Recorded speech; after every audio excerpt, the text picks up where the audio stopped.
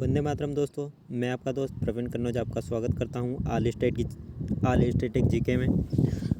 दोस्तों आज हम देखने वाले हैं भूगोल में भारत के विस्तार में तीसरा भाग। दोस्तों जिसमें पहला क्वेश्चन है, भारत में कितने राज्य समुद्र तट रेखा में है।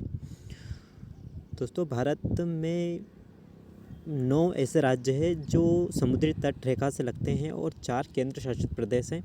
दोस्तों इसमें पहला गुजरात है, दूसरा महाराष्ट्र है, तीसरा गोवा है, चौथा कर्नाटक है, पांचवा केरल है, छठा तमिलनाडु है, सातवां आंध्र प्रदेश है और आठवां पश्चिम बंगाल है।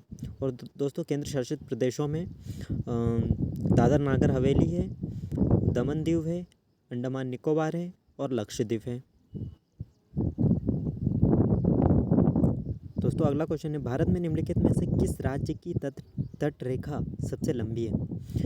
दोस्तों जो 9 राज्य है उनमें सबसे ज़्यादा तट रेखा किसकी है। तो दोस्तों जो गुजरात है उसकी तट रेखा सबसे ज़्यादा लंबी है और जो सबसे कम है वो गोवा की है।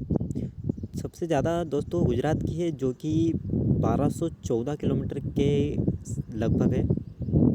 दोस्तों अगला क्वेश्चन है, निम्नलिखित भारतीय राज्यों में से किसमें होकर कर्क रेखा नहीं गुजरती है।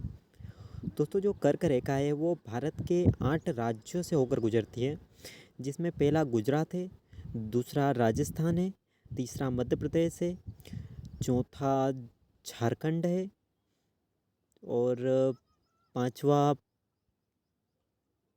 पश्चिम बंगाल है और छत्तीसगढ़ है और मिजोरम है और त्रिपुरा है। तो दोस्तों इसमें उत्तर प्रदेश सही आंसर होगा इसका। दोस्तों अगला क्वेश्चन है, भारत कौन से अक्षांश रेखा भारत के मध्य से होकर गुजरती है। दोस्तों जो कर्क रेखा है वो भारत के मध्य से होकर गुजरती है। 8 राज्यों से होकर। कर्क रेखा भारत के कितने राज्यों से होकर गुजरती है। 8 राज्यों से होकर गुजरती है, अभी बताया मैंने आपको। दोस्तों अगला क्वेश्चन है, निम्नलिखित में से किस राज्य से होकर कर्क रेखा नहीं गुजरती है। दोस्तों जो उड़ीसा है वो नीचे रह जाता है। इसमें गुजरात, पश्चिम बंगाल और राजस्थान तीनों से होकर गुजरती है, उड़ीसा से होकर नहीं गुजरती है। दोस्तों अगला क्वेश्चन है, भारत का वह राज्य जिसमें होकर कर्क रेखा गुजरती है।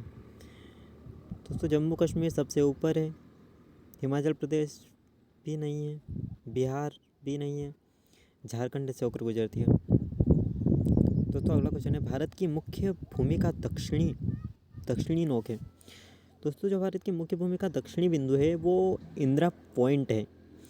इंदिरा पॉइंट है जिसका दूसरा नाम पार्सन पॉइंट, लाहीचिंग और एक और है दोस्तों जो मुझे याद नहीं आ रहा है, जो इंदिरा गांधी के नाम पर पड़ा है और ये निकोबार में स्थित है, जो 2016 की सुनामी में डूब गया था।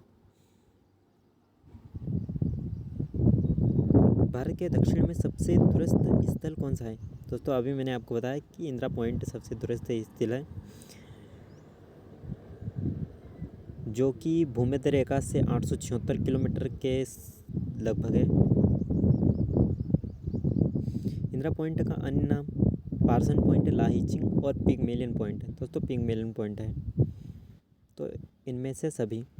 दोस्तों अगर भारत की जो स्थिति है उस मतलब भारत की मुख्य भूमि का दक्षिणी बिंदु पूछा जाए तो कन्याकुमारी आएगा, लेकिन अगर भारत का दक्षिणी बिंदु पूछा जाए तो वो पार्सन पॉइंट, इंदिरा पॉइंट ये आएंगे। जय हिंद दोस्तों।